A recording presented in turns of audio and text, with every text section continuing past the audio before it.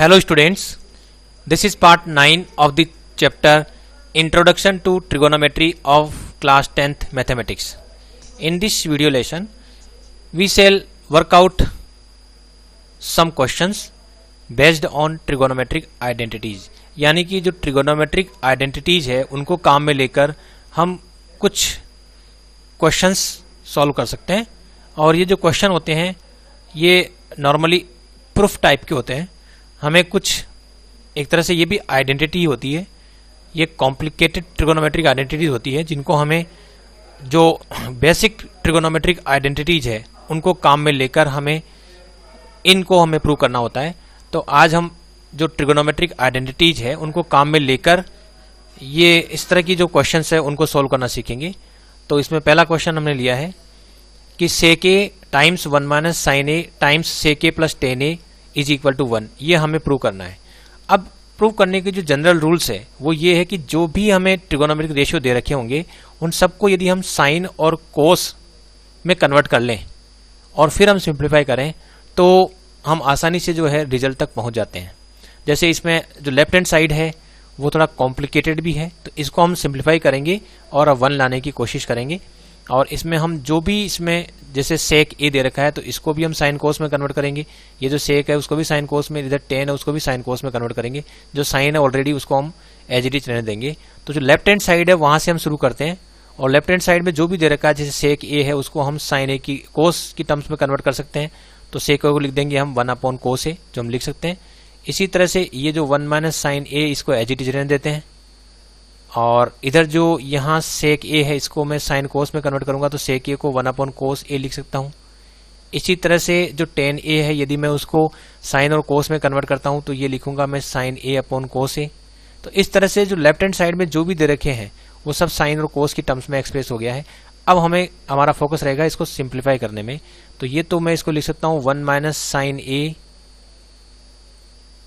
Divided by cos a, और इधर जो है यहाँ एलसीएम ले लेते हैं तो ये हो जाएगा कोस ए और ऊपर जो हो जाएगा 1 प्लस साइन ए। अब जो न्यूमरेटर है उसमें 1 माइनस साइन ए और 1 प्लस साइन ए है तो ये a minus b into a minus b का a प्लस बी का फॉर्मूला लग गया।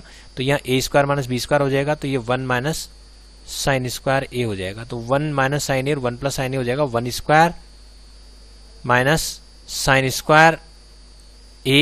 तो 1 स्क्वायर तो 1 ही होता है, तो 1 माइनस साइन स्क्वायर ए अपॉन ये नीचे हो जाएगा कोस स्क्वायर ए।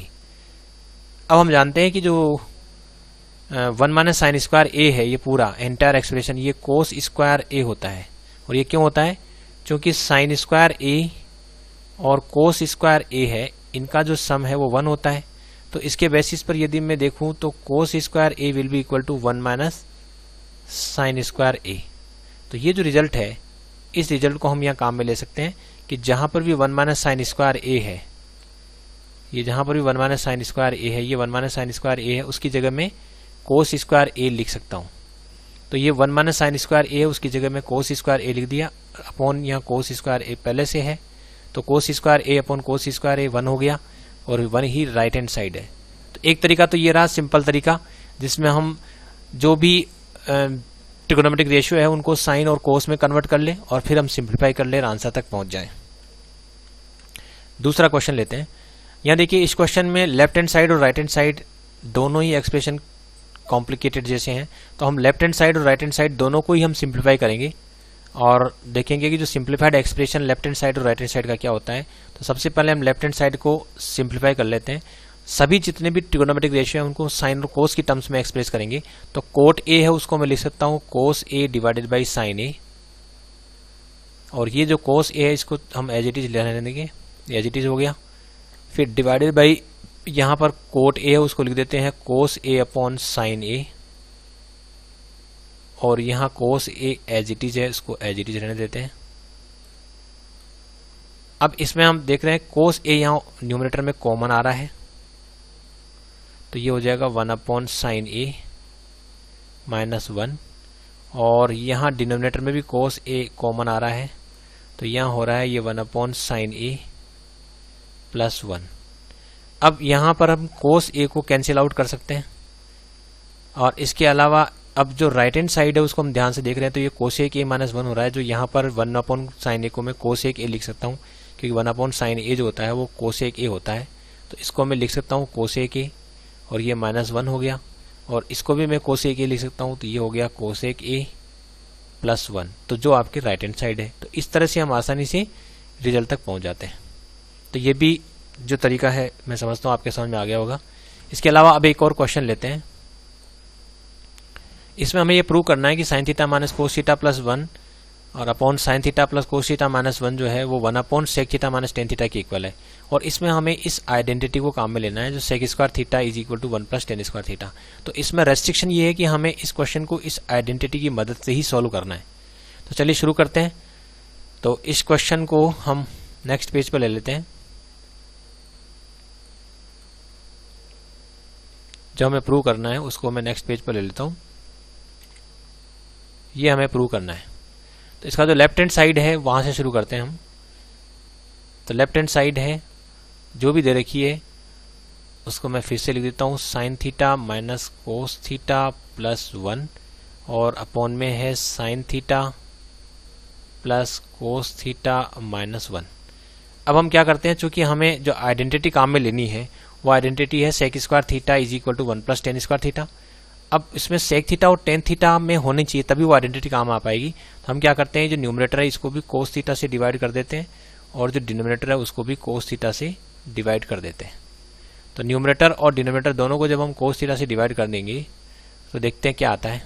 तो sin थीटा को अगर cos थीटा से डिवाइड करेंगे तो आएगा tan थीटा, और cos थीटा को cos थीटा से डिवाइड किया तो आएगा 1, और 1 को जब cos थीटा से डिवाइड करेंगे तो आ जाएगा sec थीटा। तो ये तो हो गया ऊपर तो tan theta minus 1/1 + sec theta.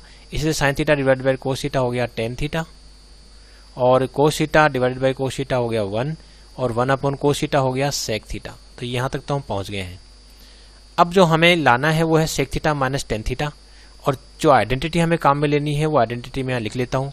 वो आइडेंटिटी है sec square theta is equal to 1 + tan square theta. तो यहाँ से थोड़ा ट्रिक शुरू हो रही है।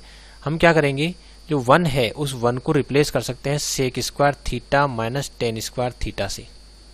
कहीं पर भी 1 है तो उसको हम sec square theta minus tan square theta लिख सकते हैं। तो यहाँ हम ऐसा करते हैं, ये जो नीचे डिनोमिनेटर में जो 1 लिखा हुआ है इस 1 को हम लिख देते हैं sec square theta minus tan square theta. तो चलिए शुरू करते हैं। जो न्यूमरेटर है वो तो एज इट इज रहने देते हैं, tan theta minus 1 + sec theta, ये तो न्यूमरेटर है। और जो डिनोमिनेटर है उसमें ये tan थीटा जो ये 1 है, इन प्लेस ऑफ 1, ये जो 1 है इसकी जगह हम लिख देते हैं ये sec square theta minus tan square theta. तो यहाँ लिख देते हैं sec square theta minus tan square theta. तो ये लिखा है हमने किसकी जगह, इस 1 की जगह। और बाकी जो 2 टर्म हमारे पास बची हुई है यानी कि tan थीटा और माइनस sec थीटा, इसको मैं यहाँ अलग से लिख देता हूँ, यहाँ मैं अलग से लिख देता हूँ। तो चलिए इसको भी लिख देते हैं, और इसमें मैं माइनस कॉमन ले लेता हूँ, या पहले लिख ही देता हूँ, अगले स्टेप में हम कॉमन ले लेंगे sec theta minus sec theta plus tan theta. तो ये जो एक्सप्रेशन था tan theta minus sec theta इसको मैंने यहाँ लिख दिया है, और ये जो था 1 उस 1 को मैंने लिख दिया है sec square theta minus tan square theta. तो हमने इस तरह से इस आइडेंटिटी को हमने काम में ले लिया है। अब इसके आगे हम क्या करेंगे, ये जो tan theta minus 1 + sec theta ये तो अपनी जगह ठीक है, न्यूमरेटर तो अपनी जगह ठीक है। जो डिनोमिनेटर है उस डिनोमिनेटर में हम क्या करेंगे कि ये जो पार्ट देख रहे हैं आप,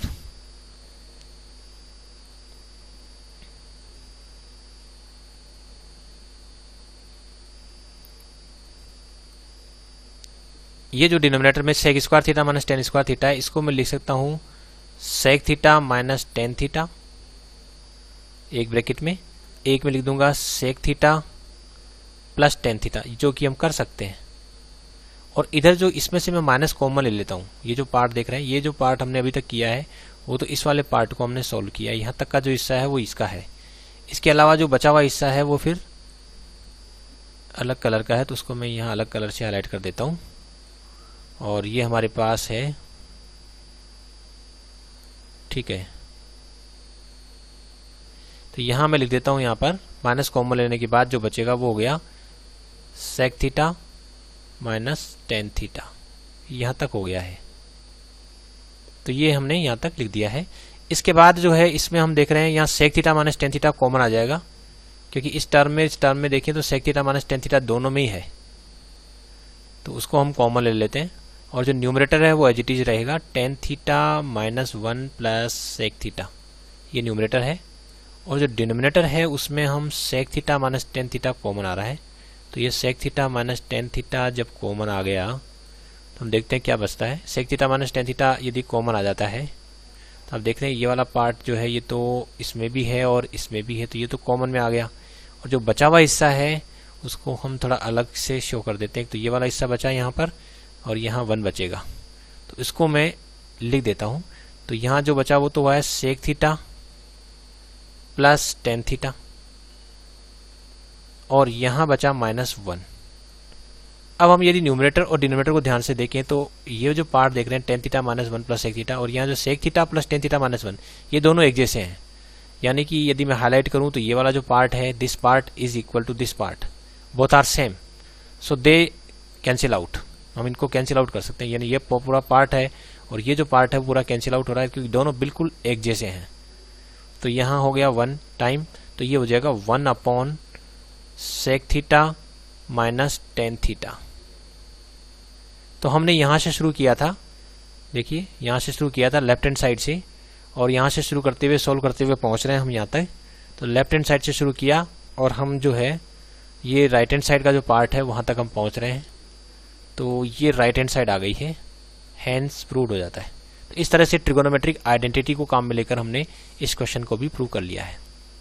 तो इस तरह से ट्रिगोनोमेट्रिक आइडेंटिटीज को काम में लेकर हम जो है ऐसे जो कॉम्प्लिकेटेड जो क्वेश्चंस है इनको हम आसानी से प्रूव कर सकते हैं। तो इसके लिए आपको ट्रिगोनोमेट्रिक आइडेंटिटीज अच्छी तरह से याद होनी चाहिए, और ज़्यादा से ज़्यादा क्वेश्चंस का जब अभ्यास होगा तो आप इस तरह के क्वेश्चंस को सॉल्व करना सीख जाओगे। Thanks for watching this video.